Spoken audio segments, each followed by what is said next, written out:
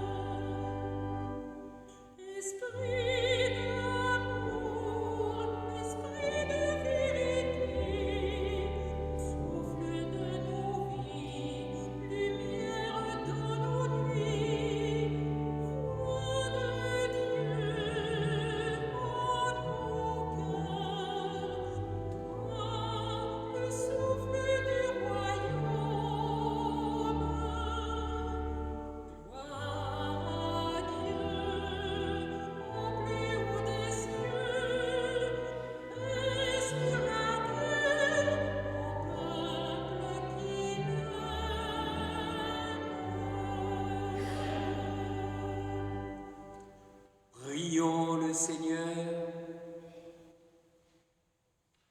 Dieu qui est bon et tout-puissant, éloigne de nous tout ce qui nous arrête, afin que sans aucune entrave, ni d'esprit, ni de corps, nous soyons libres pour accomplir ta volonté. Par Jésus-Christ, ton Fils, notre Seigneur et notre Dieu, qui règne avec toi et le Saint-Esprit, maintenant et pour les siècles des siècles.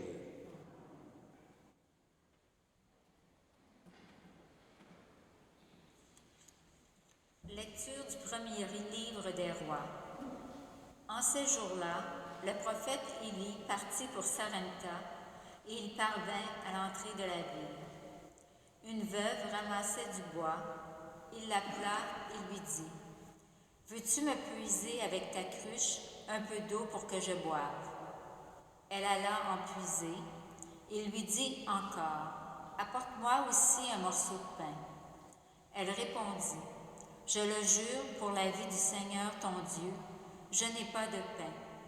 J'ai seulement dans une jarre une poignée de farine et un peu d'huile dans un vase. Je ramasse 2 morceaux de bois, je rentre préparer pour moi et pour mon fils ce qui nous reste.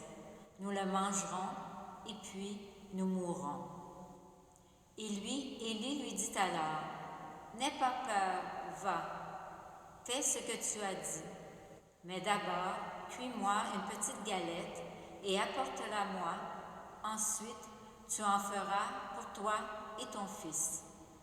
Car ainsi parle le Seigneur Dieu d'Israël.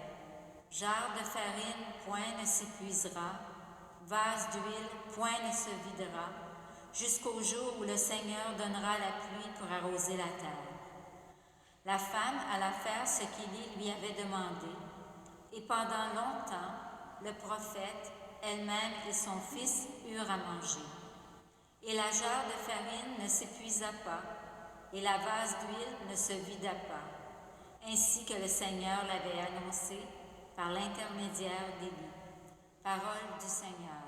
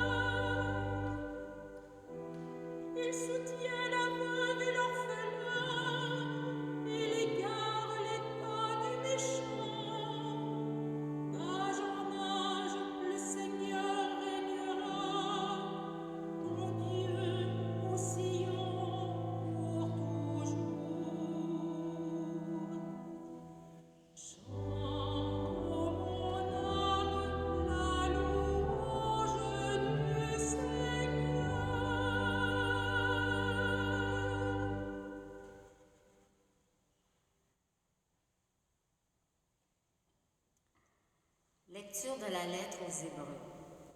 Le Christ n'est pas entré dans un sanctuaire fait de main d'homme, figure du sanctuaire véritable. Il est entré dans le ciel même, afin de se tenir maintenant pour nous devant la face de Dieu.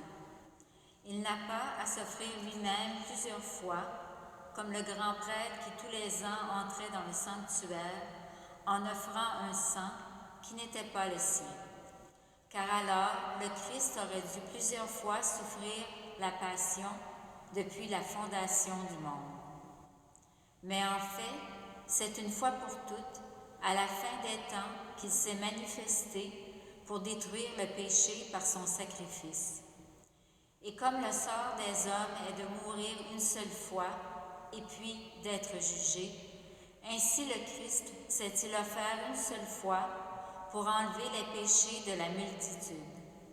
Il apparaîtra une seconde fois, non plus à cause du péché, mais pour le salut de ceux qui l'attendent. Parole du Seigneur.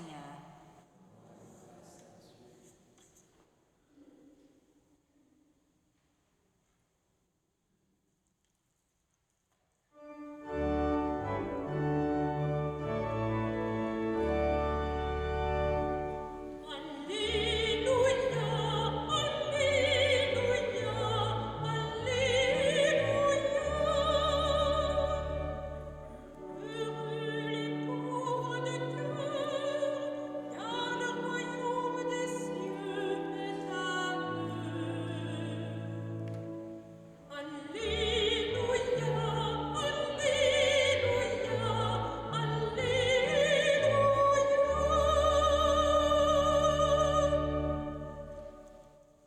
Seigneur soit avec vous.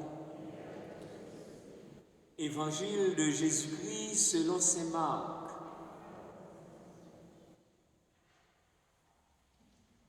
En ce temps-là, dans son enseignement, Jésus disait aux foules, « Méfiez-vous des scribes qui tiennent à se promener en vêtements d'apparat et qui aiment les salutations sur les places publiques, les sièges d'honneur dans les synagogues et les places d'honneur dans les dîners.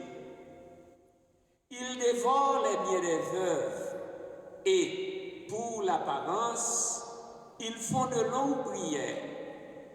Ils seront d'autant plus sévèrement jugés. »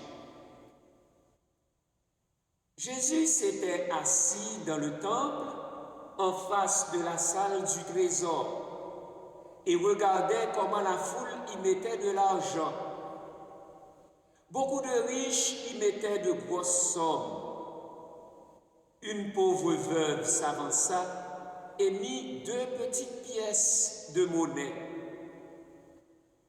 Jésus appela ses disciples et leur déclara, « Amen, je vous le dis, cette pauvre veuve a mis dans le trésor plus que tous les autres, car tous, ils ont pris sur leur superflu, mais elle a pris sur son indigence. Elle a mis tout ce qu'elle possédait, tout ce qu'elle avait pour vivre. » Acclamons la parole de Dieu.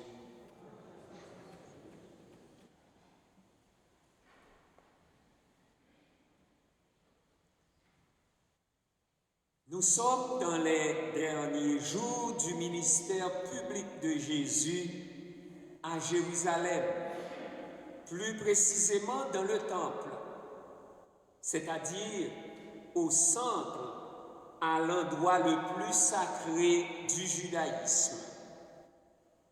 C'est là que l'évangéliste saint Marc place une série d'enseignements controversés où Jésus est en butte à la haine qui le conduira au calvaire. Dans son enseignement, après s'être pris à l'enseignement des scribes, c'est leur conduite que Jésus va dénoncer pour prévenir la foule qui l'écoute avec plaisir contre les apparences trompeuses de ces officiels du temple. Alors Jésus va porter 3 grandes accusations contre les scribes. La première accusation consiste à la vanité des scribes. Ils aiment paraître, se faire voir. Alors Jésus dit, « Méfiez-vous des scribes qui tiennent à se promener en vêtements d'apparat. » Il s'agit certainement de ces franges que les Juifs pieux cousaient aux 4 coins de leurs vêtements afin de se souvenir des commandements de Dieu. Jésus lui-même portait ce genre de grand manteau, mais il reprochait aux scribes et pharisiens d'allonger les leurs par ostentation et bigoterie, c'est-à-dire par dévotion exagérée, étroite et pointilleuse. Ici, cette vanité vestimentaire est au service de désir d'être honoré et de besoin de dominer. La science, à la fois profane et sacrée, dont les scribes sont dépositaires, en fait des personnages influents et considérés. Ils sont des interprètes officiels de la loi divine. Ils apparaissent pour des hommes de Dieu. Ces derniers aiment les salutations sur les places publiques, les sièges d'honneur dans les synagogues et les places d'honneur dans les dîners. La deuxième accusation de Jésus porte sur l'exploitation des veuves. Malgré l'interdiction qui leur en était faite, certains scribes réclamaient à des pauvres femmes, des veuves tout particulièrement, des frais exorbitants pour les consultations qu'ils leur donnaient. Ils arrivaient d'abuser de la générosité de ces femmes-là. De plus, il y a de ces scribes-là qui auraient réussi à se voir confier le rôle d'administrateur des biens appartenant à des veuves et se seraient payés largement en puisant dans les revenus, sinon dans le capital. La troisième accusation de Jésus à l'endroit de ces scribes de son temps, c'est l'hypocrisie dans les actes de piété. Les longues prières affectées n'ont alors d'autre but que de couvrir ces malversations. Car vanité, escroquerie et hypocrisie sont au rendez-vous. Voilà pourquoi Jésus dit: ils dévorent les biens des veuves, et pour l'apparence, ils font de longues prières. Ils seront d'autant plus sévèrement jugés. L'épisode qui suit se rattache au premier par le mot crochet veuve. Et grâce à sa localisation dans le temple, mais aussi parce que le comportement de cette pauvre veuve contraste avec celui des scribes que Jésus vient de dénoncer. Selon certains commentateurs, il y avait dans le temple 13 troncs en forme de trombone renversée, placés tout autour du parvis des femmes pour recevoir les offrandes des fidèles. Et Jésus s'était assis dans le temple en face de la salle du trésor et regardait comment la foule y mettait de l'argent. Là, il pouvait observer, voir et entendre les donateurs qui devaient annoncer aux prêtres le montant et la destination de leur offrande. Sans entrer dans plus de détails, tout l'accent du texte de Saint Marc porte sur cette solennelle déclaration de Jésus. Il appela ses disciples et leur déclara: Amen, je vous le dis, cette pauvre veuve a mis dans le trésor plus que tous les autres. Car tous, ils ont pris sur leur superflu, mais elle a pris sur son indigence. Elle a mis tout ce qu'elle possédait, tout ce qu'elle avait pour vivre. Ceux qui ont donné de leur superflu ne sont pas blâmés. Mais en offrant ces 2 piécettes, la pauvre veuve a mis plus que tous les autres. Car c'est de son indigence qu'elle a pris. Elle a versé tout ce qu'elle avait pour vivre. Autrement dit, elle a donné toute sa vie. Il importe pour Jésus non pas de donner beaucoup ou peu, mais de donner tout, de se donner. En ce sens, faire de l'aumône ou bien faire un don à l'Église, cela doit se faire dans l'esprit de se donner soi-même, dans l'intention d'offrir ce qui est agréable à Dieu. Aujourd'hui, à l'exemple de ces deux veuves indigentes, celle de Sarepta qui a nourri le prophète Élie, la première lecture, et l'autre anonyme de l'Évangile qui a tout donné en déposant ces deux petites pièces de monnaie dans le trésor du temple, confions-nous à la grande générosité du Seigneur. Confions toutes nos pauvretés, toutes les pauvretés de notre vie à la grande générosité de Dieu. Quel est donc notre comportement face aux autres et face à Dieu? Voilà une première question que nous avons à nous poser. Servir plutôt que paraître et dominer. Donner toute sa vie et pas seulement du superflu. Tels sont les thèmes par lesquels on peut résumer le contenu de l'évangile de ce jour.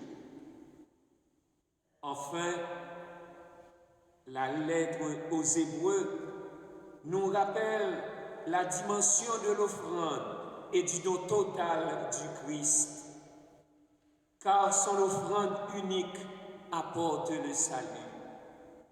Jésus s'est offert une fois pour toutes pour détruire le péché par son sacrifice et pour enlever les péchés de la multitude et nous donner le salut ainsi qu'à tous ceux et celles qui l'espèrent lors de son grand retour pour le jugement.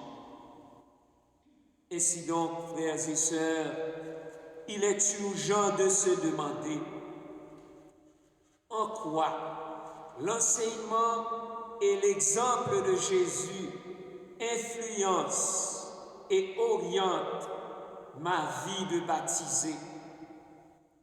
En quoi l'enseignement de Jésus et son exemple influencent et orientent votre vie de disciple de Jésus. Comment vivre en chrétien aujourd'hui sans se faire voir, mais simplement pour se présenter tel qu'on est devant Dieu et devant les hommes, pour la gloire de Dieu et pour le bien de tous. Où voulons-nous aller avec Jésus?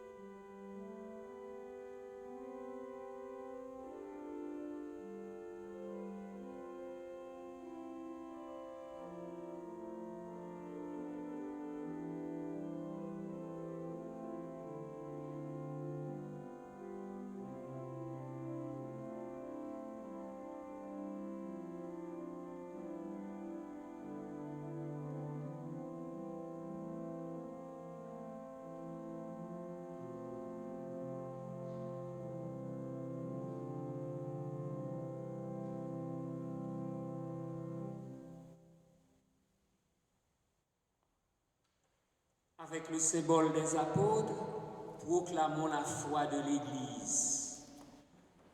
Je crois en Dieu, le Père Tout-Puissant, Créateur du ciel et de la terre, et en Jésus-Christ, son Fils unique, notre Seigneur, qui a été conçu du Saint-Esprit, est né de la Vierge Marie, a souffert sous Ponce Pilate, a été crucifié, est mort et a été enseveli, est descendu aux enfers le troisième jour, est ressuscité des morts, est monté aux cieux, est assis à la droite de Dieu le Père Tout-Puissant, d'où il viendra juger les vivants et les morts. Je crois en l'Esprit Saint, à la Sainte Église catholique, à la communion des saints, à la rémission des péchés, à la résurrection de la chair, à la vie éternelle. Amen. Le moment est venu de redire notre confiance au Seigneur, de lui montrer combien nous comptons sur lui pour le bonheur de tous les humains. Sûr de ton amour et fort de notre foi, Seigneur, nous te prions. Sûr de ton amour et fort de notre foi, Seigneur, nous te prions. Pour les veuves et les orphelins, pour tous ceux et celles qui sont accablés par les difficultés de la vie, prions le Seigneur. Sûr de ton amour et fort de notre foi, Seigneur, nous te prions. Pour que les êtres pauvres et vulnérables soient accueillis et écoutés dans nos communautés chrétiennes et dans nos sociétés, prions le Seigneur. Sûr de ton amour et fort de notre foi, Seigneur, nous te prions.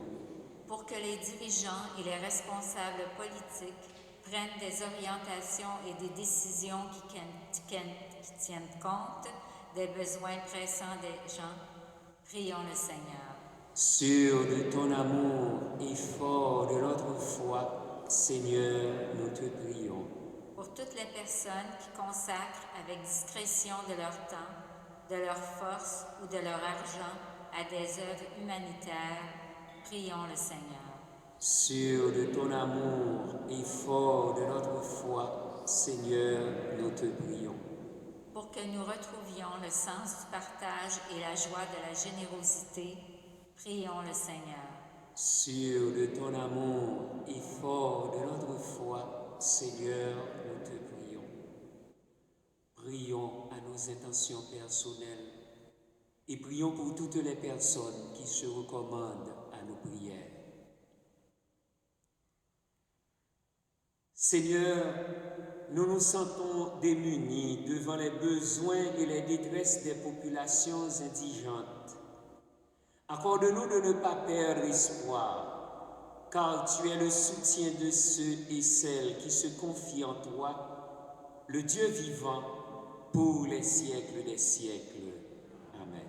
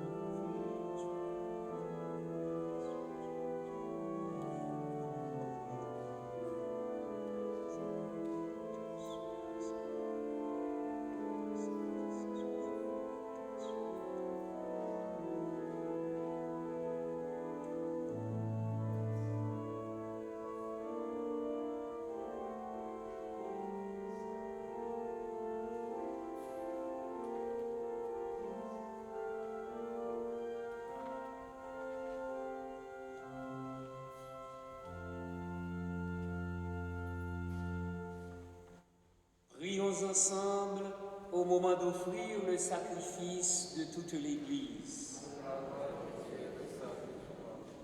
Sur les offrandes que nous présentons, Seigneur, jette un regard de pardon et de paix. Qu'en célébrant la passion de ton Fils, nous entrions de tout cœur dans son mystère, lui qui règne pour les siècles des siècles.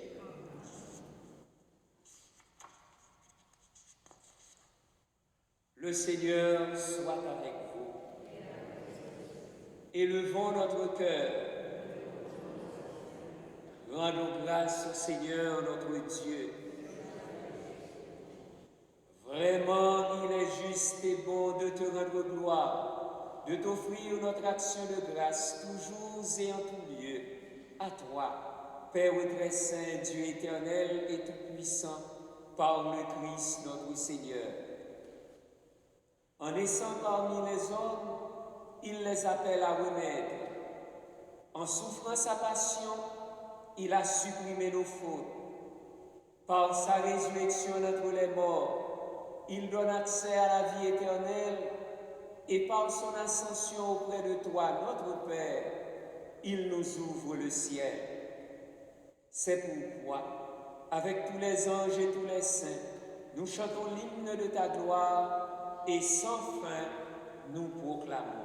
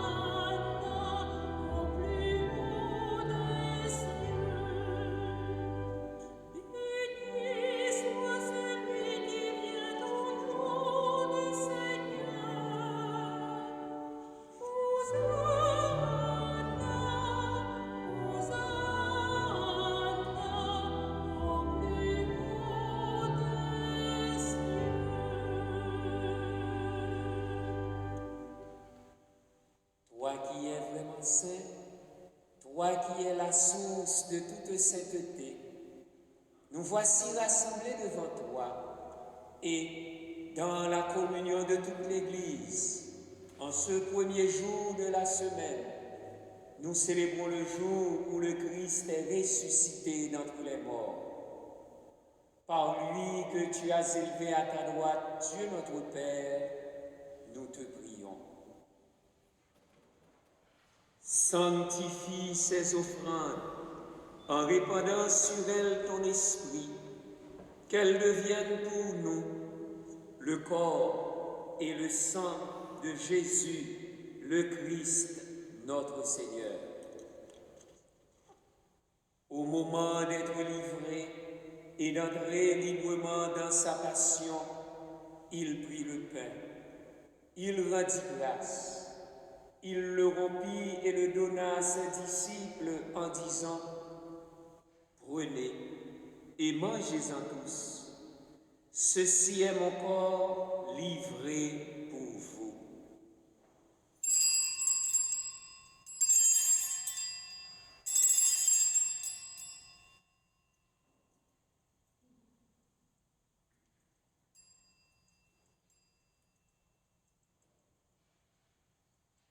De même, à la fin du repas, il prit la coupe. De nouveau, il rendit grâce et la donna à ses disciples en disant, « Prenez et buvez-en tous, car ceci est la coupe de mon sang, le sang de l'alliance nouvelle et éternelle, qui sera versé pour vous et pour la multitude en rémission des péchés. Vous ferez cela en mémoire de moi. »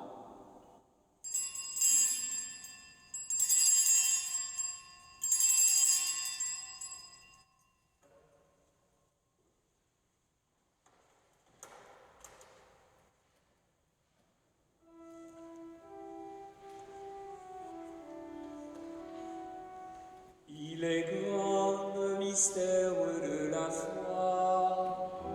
Nous proclamons ta mort, Seigneur Jésus. Nous célébrons ta résurrection. Nous attendons ta venue dans la gloire.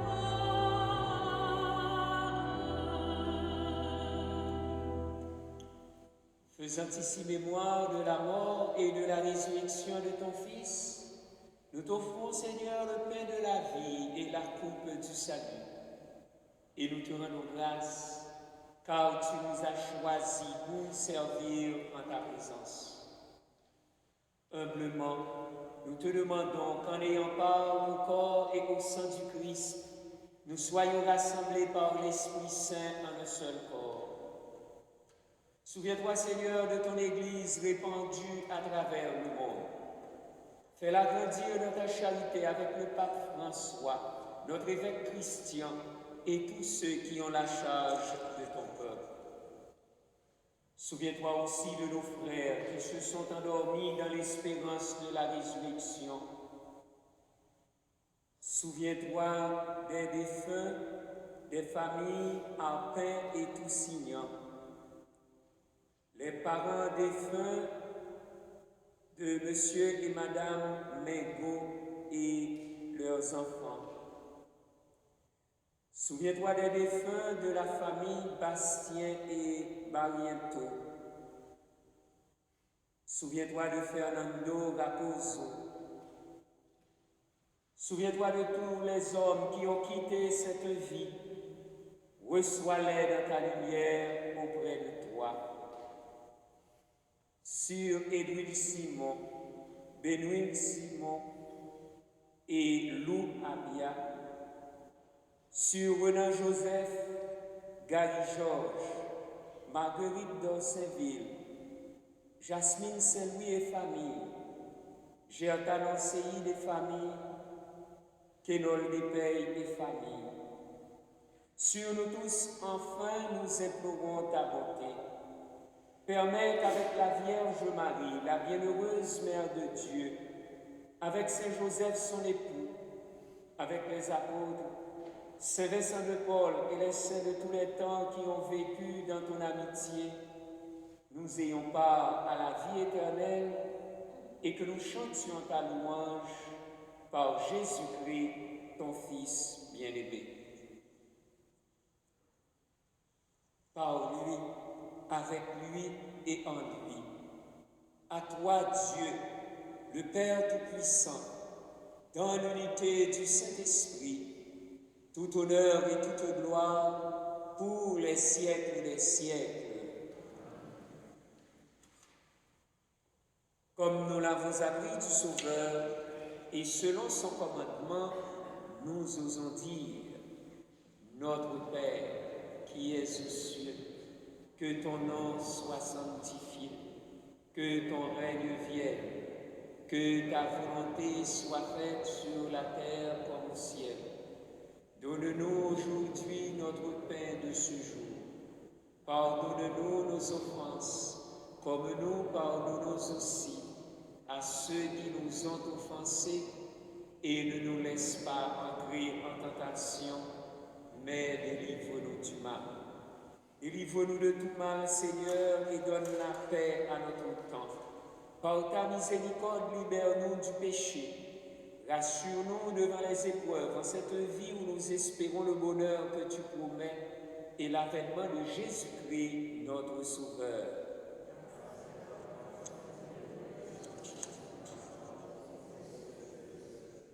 Seigneur Jésus-Christ, tu as dit à tes apôtres, je vous laisse la paix, je vous donne ma paix.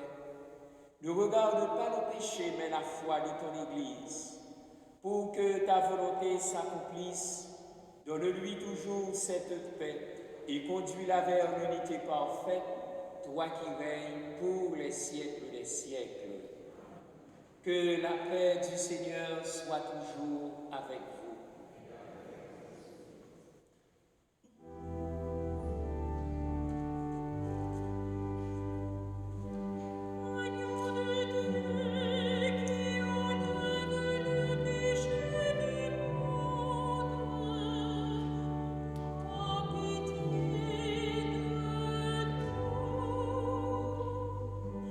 Agneau de Dieu qui enlève le péché du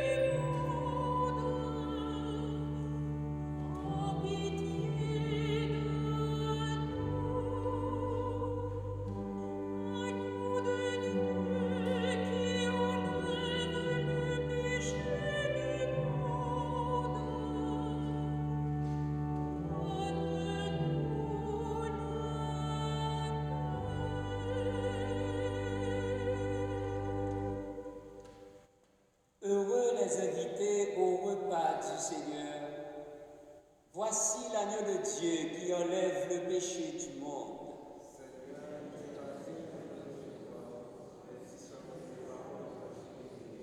Le corps du Christ.